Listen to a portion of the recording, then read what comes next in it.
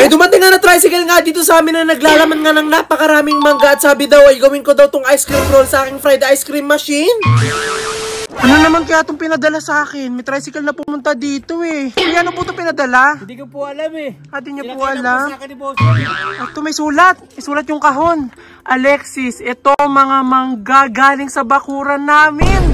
Gawin mong ice cream roll. Thank you. Mangga pa pala siya. Bayad na po ito? Bayad na po. Bayad na. Sige po kuya, kukunin ko na po ito. Pinadala pala tayo ng mangga. Sino kaya itong nagpadala sa atin? Wait lang po ha. Ito na, ito na.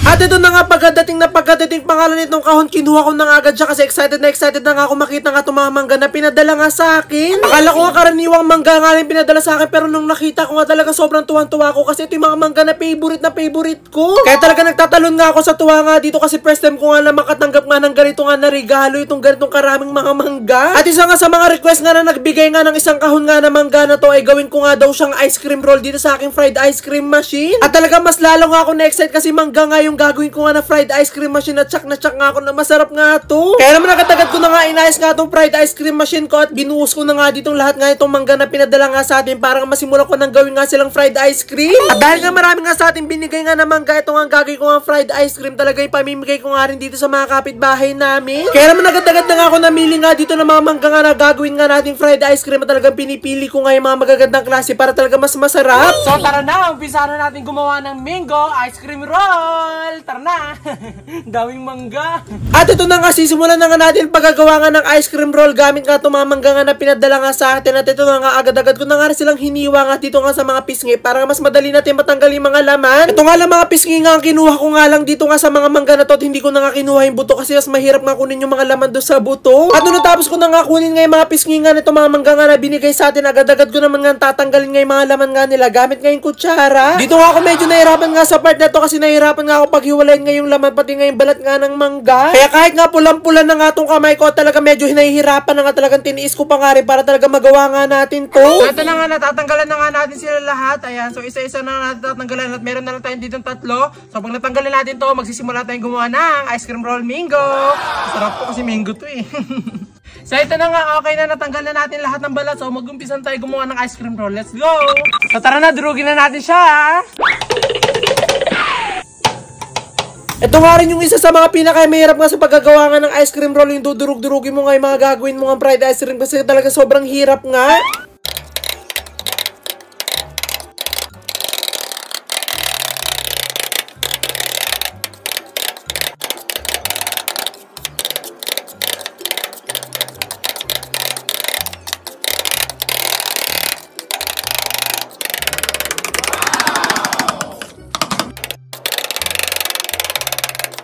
Ayan, so pag ganito na yung ating itsura ng ating mango, pwede na natin buksan yung machine para makagawa na tayo ng ice cream roll. Ayan, so pwede na ata itong durug na to or durugin pa natin.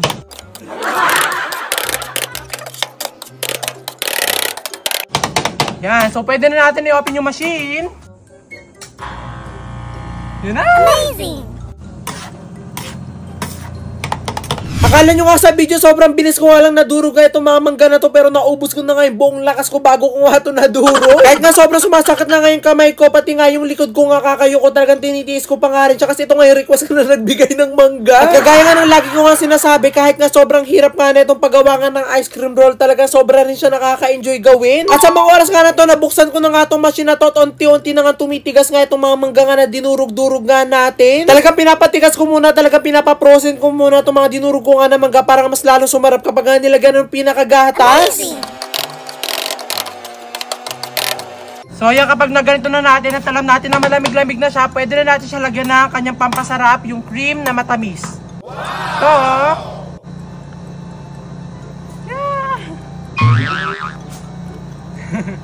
At habang dinudurog-durog ko nga yung mangga at habang ginagawa ko nga itong ice cream roll, talagang amoy na amoy mo nga yung mangga, talaga sobrang nakakatakam. Mas lalo pa nga siyang nakakatakam nung nalagyan na nga siya ng gatas kasi parang nga siyang mango graham, parang ganun. At talagang tinatansya-tansya ko na nga lang paglalagay nga ng gatas at tinitigan ko nga kung okay na or hindi pa.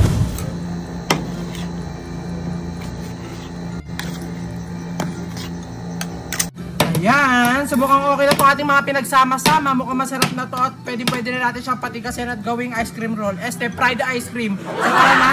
Ilatag na natin siya. Let's go!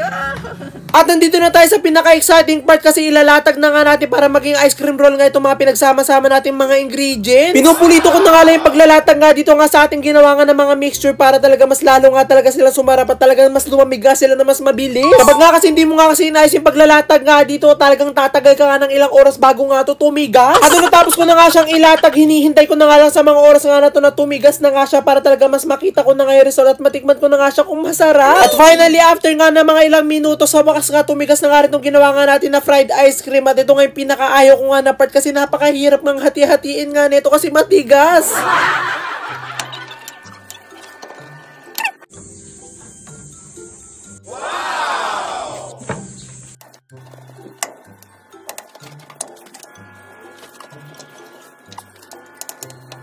Amazing!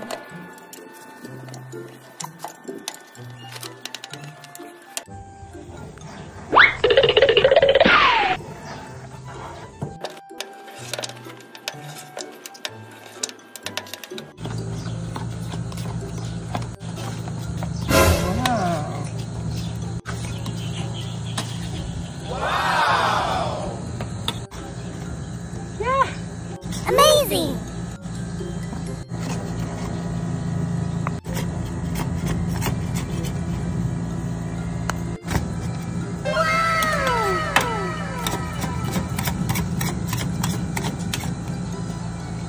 So bago nga natin ito ipamigay, titikman muna natin.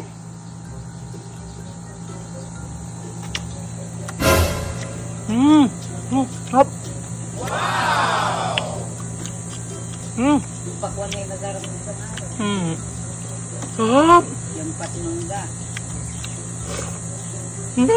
At talagang wala nga akong masabi sa sobrang sarap nga na itong ginawa ko at di ko nga expect na magiging mas lalong masarap pala yung mangga kapag ginawa mong ice cream roll. At nung okay na nga lahat at na-ice ko na nga rin at natikman ko na nga rin siya, agad-agad ko na nga rin in-ice ng mga cup para makapagbigay na nga tayo ng fried ice cream. At talagang sakto-sakto nga rin itong ginawa ko nga ngayon kasi talagang tanghaling tapan nga ngayon na talagang sobrang dami nga naiinitan nga. Biniwish ko na nga lang dito mas maraming nga akong cup na sana na malagyan nga nitong ginawa ko nga na fried ice cream para mas maraming nga ako mabigyan. At talaga naman tuwan-tuwa nga ako kasi talagang sobrang dami ko nga nagawa nga na fried ice cream. So ibig sabihin mas marami nga akong cup na malalagyan. At ito na nga finally nailagay ko na nga lahat nga ng ginawa nga natin na fried ice cream dito nga sa cup. At talagang sobrang dami ko nga nalagyan na cup. Kaya naman agad-agad ko na nga rin ito nilagyan nga ng kutsara at mag-iikot na nga ako dito nga sa amin para talaga magbigay nga ako nitong fried ice cream nga na ginawa ko. At hindi pa nga ako natatapos dito, yung nanay ko nga nakaabang na nga dito kaya agad-agad ko na nga rin siyang binigyan kasi excited na nga rin siyang tikman to. At agad-agad na nga rin ako nag-ikot at nagbigay na nga rin ako dito sa mga tao nga dito. At sakto-sakto kasi nakikita ko nga sila nagpapaypay at init na init kaya talagang perfect nga itong binigay ko. Kaya talagang thank you nga sa nagbigay nga ng napakaraming mangga na yun kasi kahit nga pa paano nakabigay nga tayo ng kakaunting lamig nga sa katawan. At talagang nakakatuwa nga kasi sabi nga ng mga napagbigyan ko nga ng fried ice cream ay sobrang sarap daw. At mukhang dahil nga sa mga feedback nga nito mga pinagbigyan ko nga ng fried ice cream mukhang magbibenta ako dito sa amin. At finally nga naubos ko na nga rito mga ginawa ko nga na fried ice cream at ako naman ngayon uuwi ng bahay para ako naman na kumain kasi init na nga ako.